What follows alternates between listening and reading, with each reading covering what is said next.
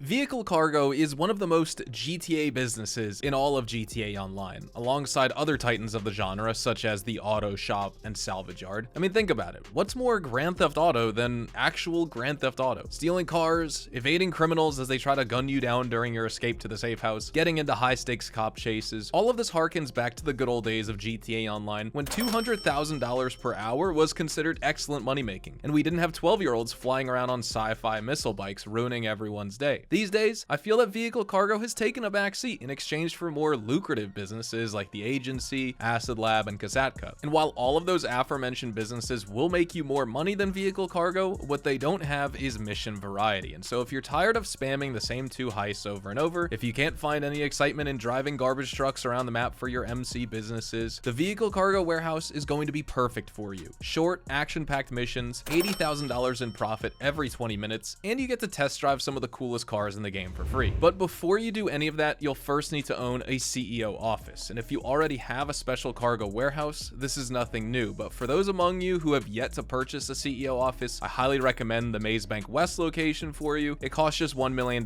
and it's pretty centrally located, so you'll have no trouble traveling between this office and other locations such as your Agency, Auto Shop, Salvage Yard. Plus, if you have the Criminal Enterprise Starter Pack, which I know a lot of people got for free when Epic was giving away GTA 5 back in 2020, you already have the Maze Bank West CEO office location in your collection. Once you have a CEO office, I also suggest upgrading it with an accommodation. Having a living quarters inside of the office means you can set it as your spawn point and just jump into a new invite-only lobby to speed up your source missions. Otherwise, every time you deliver a car to your warehouse, you'll have to drive all the way over to your CEO office, or of course need to use a terabyte, and there's only a 3-minute cooldown between source missions, but trust me, it will take you a lot longer to get back to your CEO office computer and you'll end up wasting time. So spend that $795,000, get an accommodation for your Maze Bank West office. Next, you'll need to purchase the actual warehouse where you store your vehicles, and unlike your special cargo warehouse where you can have up to 5 of those, with vehicle cargo, you can only own one single warehouse. There are a bunch of options for you to choose from though, and all of them hold a maximum of 40 cars. So again, it's not like special cargo where you have small, medium, and large warehouses. With vehicle cargo, no matter which location you get, you'll have the same storage capacity. And if you ask me, the La Mesa location is easily the best value for your money. First off, it's the cheapest of the bunch at just $1.5 million, so you can get it after a few Cluck and Bell heists. Secondly, it's located right next to a really good freeway, so you'll have no issues traveling back and forth between this warehouse and your source missions. Another excellent location players choose is La Puerta, but that costs a whopping $2.7 million, and if you're a newer player, I'd say skip this one and go for the La Mesa location instead. You can use the $1.2 million that you saved to buy an entirely new business, or maybe even a terabyte. It costs just $1.4 million,